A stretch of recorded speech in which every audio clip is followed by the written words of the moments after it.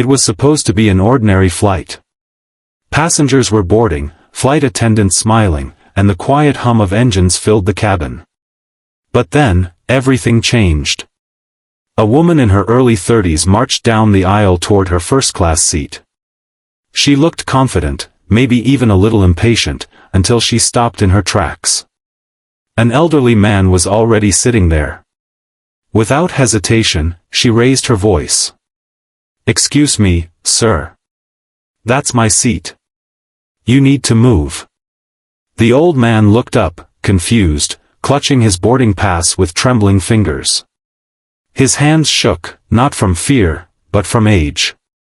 He softly replied, "I believe this is where I was assigned." But she wasn't having it. "You're clearly mistaken. You should be in economy, not first class." Her voice echoed through the plane. Heads turned. Whispers spread. The flight crew stepped in, checked the boarding passes, and confirmed the unthinkable: the old man was in the right seat. He had been upgraded. But still, the woman refused to back down. And just when it seemed like this would end in quiet humiliation for the old man, something happened. The engines remained off. The pilot hadn't begun pre-flight. Instead, the cockpit door opened, and out stepped the captain. What he did next left the entire plane silent. This wasn't just about a seat anymore. In the next 9 minutes, the passengers would witness a moment of truth, honor, and respect that no one could have expected, a moment that would turn this quiet old man into a hero, and leave one woman stunned into silence. "Stay with us, because you need to see what happened next." The passengers moved in a slow line through the narrow aisle, adjusting carry-ons, juggling coffee cups, and checking seat numbers. Flight attendants stood near the front, smiling with that practiced warmth, helping passengers find their places. The plane was nearly full when a sharply dressed woman in her 30s stepped onto the aircraft. Her heels clicked against the floor, and she moved with the confident air of someone used to getting what she paid for. Her designer handbag hung from her shoulder, and her boarding pass was clutched between two manicured fingers. She paused briefly to check the row numbers, then made her way to 1A, the front seat in first class. But her smooth stride stopped cold. There, seated calmly in the plush leather chair meant for her, was an elderly man. He looked to be in his late 80s, his posture slightly slouched, a worn wool cap on his head and an old green army-style jacket draped across his shoulders. His hands rested on a simple travel bag on his lap, fingers slightly curled and trembling. A pair of glasses hung from a cord around his neck. The woman blinked in disbelief. "Excuse me," she said sharply, "this is my seat." The old man looked up slowly, clearly puzzled. His face showed signs of wear and time, deep lines, tired eyes, and a quiet gentleness. He fumbled with his boarding pass, holding it out to her with a slightly unsteady hand. I thought this was the one," he said, almost apologetically. But the woman didn't lower her tone. In fact, it grew louder. "No," she snapped, drawing the attention of passengers still settling in. "That's my seat. You probably got it wrong. You're supposed to be in economy." A few heads turned, some curious, others trying not to get involved. The old man looked around, clearly uncomfortable. Just then, a flight attendant quickly made her way over. "Is there a problem here, ma'am?" she asked calmly. "Yes, there's a problem," the woman replied.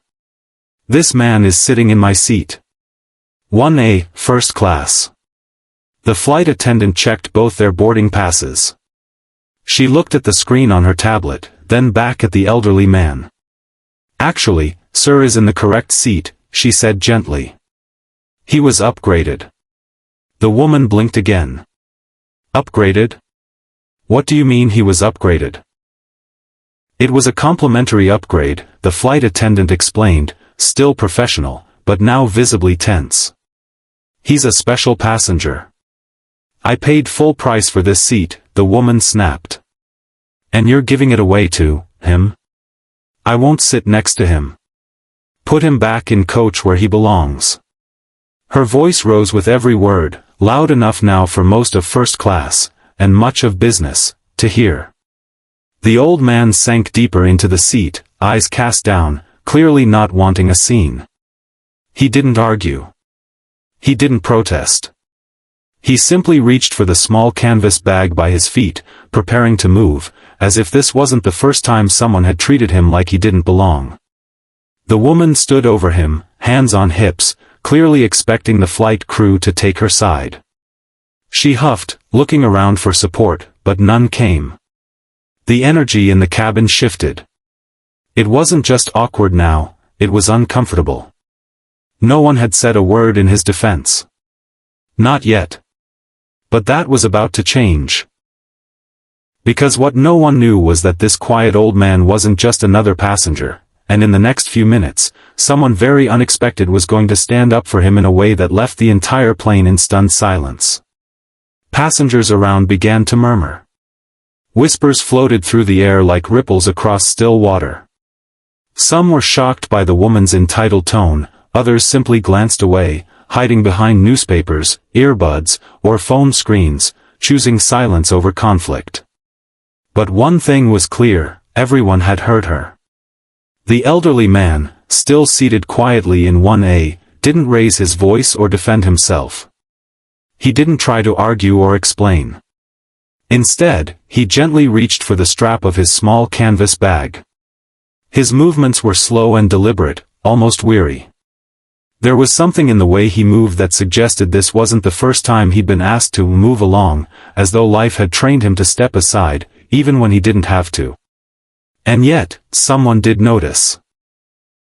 A few rows behind, in seat 3C, a teenage boy leaned toward his father. He had been watching closely, sensing the discomfort building in the air. "Dad," he whispered, nudging him with a finger, "look at that pin on his jacket. Is that military?" His father squinted for a moment, then his expression changed. On the old man's lapel was a small but unmistakable U.S. Army insignia, dull with age, its gold edges faded but still proud. It was the kind of pin you didn't just buy, you earned it. The kind that didn't just say, "I served," it said, "I sacrificed." The father sat up straighter, his gaze lingering on the old man's weathered hands, on the worn army green jacket that hung from his seat. Respect flickered in his eyes. Just then, one of the senior flight attendants appeared from the front galley. Her demeanor was calm, but her pace quickened as she approached the confrontation. She had heard the raised voices and seen the heads turning.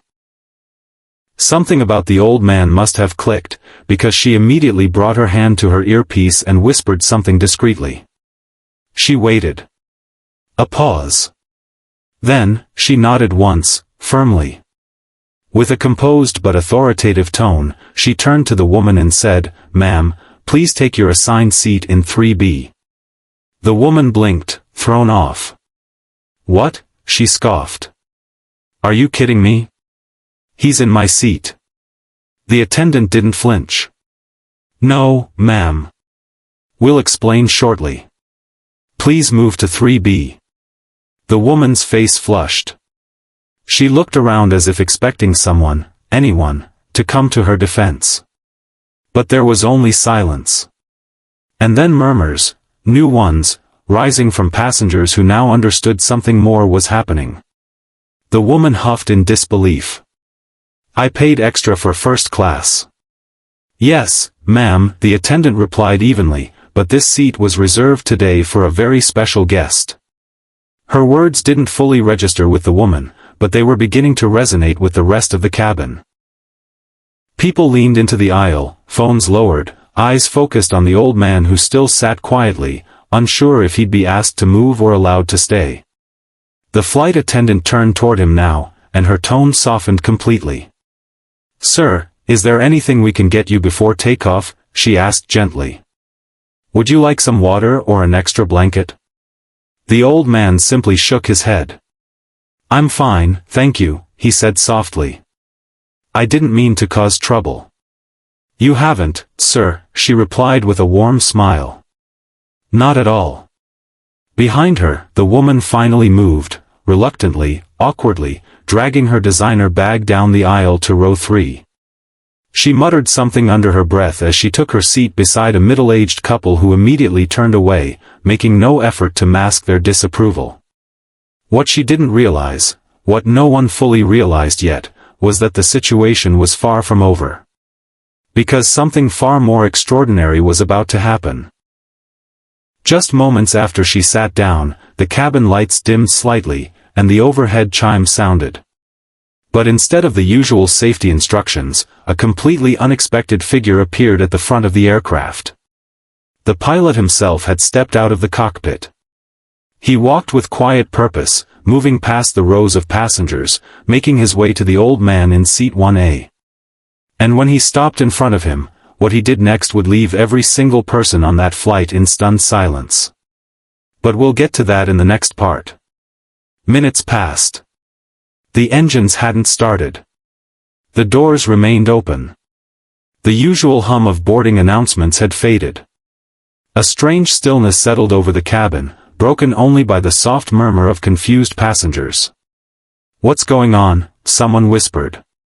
"Why haven't we taken off?" Then, the cockpit door opened. Out stepped the pilot, tall, composed, wearing a sharply pressed uniform with polished wings on his chest. His eyes scanned the cabin, but his path was clear.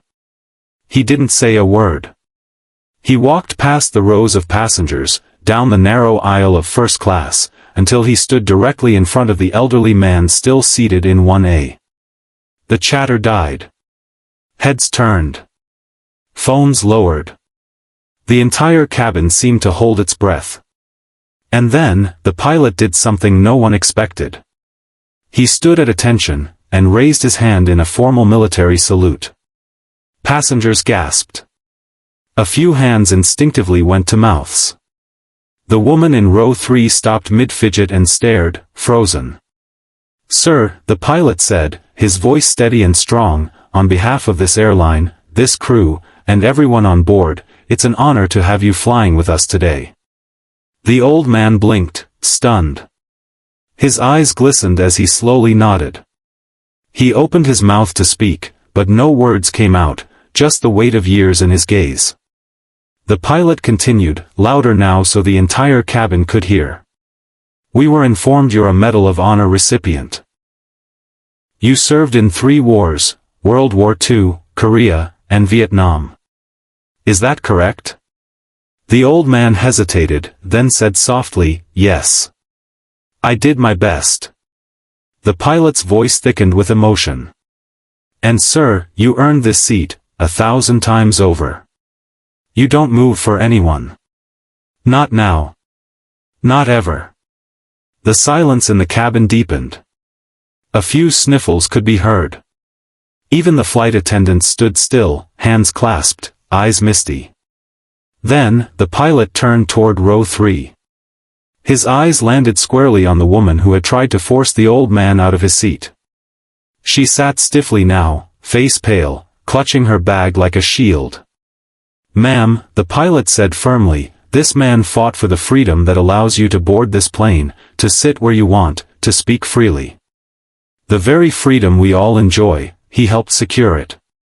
He pointed gently back toward 1A. "He stays where he is. End of discussion." The woman said nothing. She didn't argue. She didn't protest.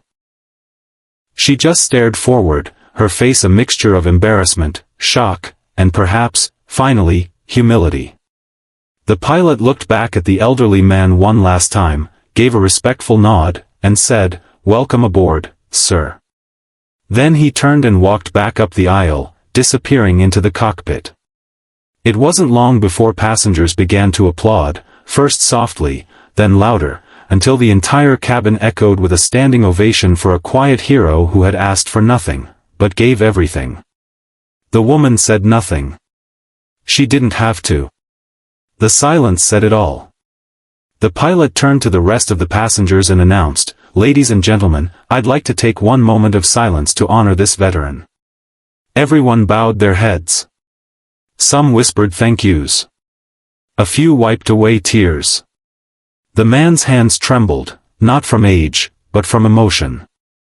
As the pilot returned to the cockpit, the crew helped the old man get comfortable, offering him water and a blanket.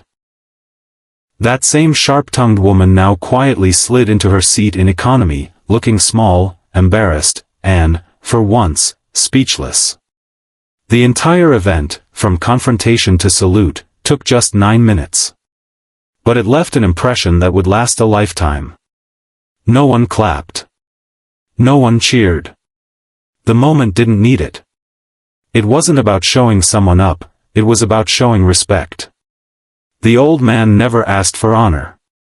He never demanded it. But when he was finally given his due, it reminded everyone watching what real service, sacrifice, and dignity looks like. So the next time you walk past a quiet, elderly person in line or on a bus, think twice. You never know whose story sits behind those gentle eyes. Because sometimes, the greatest heroes don't wear capes, they wear old jackets, worn shoes, and the quiet pride of a life spent protecting others.